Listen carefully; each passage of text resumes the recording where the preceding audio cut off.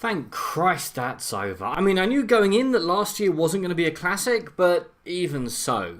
We began with the Oscars debacle, whereupon a film I could happily park my mother in front of was mistakenly given the Best Picture Oscar instead of a film I'll watch next week, I swear. Apparently because somebody was too busy on their social media to hand out the correct envelope. We also have the ongoing controversy over Casey Affleck, who has settled 2 sexual harassment lawsuits against him, who won Best Actor for Manchester by the Sea, and according to Oscar tradition, the winner of Best Actor presents the award for Best Actress next year, and vice versa. Now, a petition has been set up to ban Affleck from the Oscars, with 19,539 people signing it at the time of recording, stating that, in light of the revelations that Harvey Weinstein has been sexually harassing and assaulting women for decades, the Academy recently voted to strip Weinstein of his membership. But did you know that another accused sexual harasser is set to participate in the 2018 ceremony? Last year, despite multiple sexual harassment claims against him, Casey Affleck won the Best Actor award for this role in Manchester by the Sea. He had been accused of sexual harassment by 2 women who worked with him on a 2010 documentary. The women alleged that Affleck sent them threatening texts, demanded that they share a hotel room with him, and locked one of them out of her room so that he and Joaquin Phoenix could use it to have sex with 2 other women.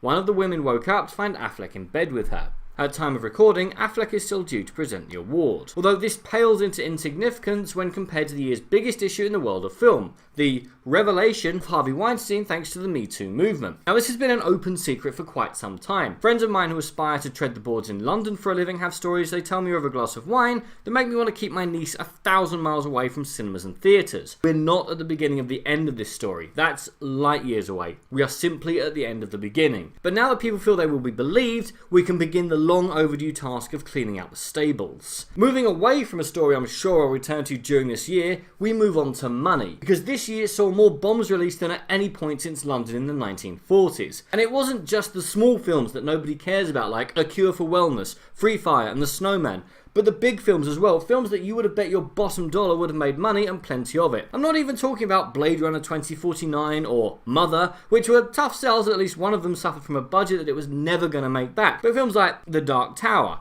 Ghost in the Shell, King Arthur, Legend of the Board, Detroit, The Mummy, Alien Covenant, Justice League, Valerian and the City of a Thousand Planets, and so much more. Even superhero films appear to have plateaued. Justice League seriously underperformed, and whilst Guardians 2, Wonder Woman, Thor Ragnarok and Spider-Man Homecoming were all in the top 10 grossing films of 2017, none of them broke the $1 billion mark, unlike Beauty and the Beast, and all of them, aside from one, made pretty much the same amount of money. Is this a sign that the superhero bubble could be about to burst? With 10 superhero films due to be released in 2018 and seemingly dozens of TV shows, I think this is a matter of when, not if. One genre that did do particularly well in 2017 was horror of all things, and this is for several good reasons. For a start, horror films are very, very cheap and simple to make, and that means that generally studios tend to give horror films more leeway than they would dream of giving to a $200 million super blockbuster. And also, horror films tap into our worries and fears at the time of filming. Films like Get Out show us what we as a society fear, and also make us aware of issues that we might not otherwise be aware of or comfortable discussing. And long may it continue. And that was 2017, a year of bland, mostly misfiring sequels, prequels, and failed attempts to start a cinematic universe made by people that are now mostly wondering what skeletons are about to come tumbling out of the closet, and deservedly so. 2018 will hopefully be the zenith of the superhero film and the super blockbuster.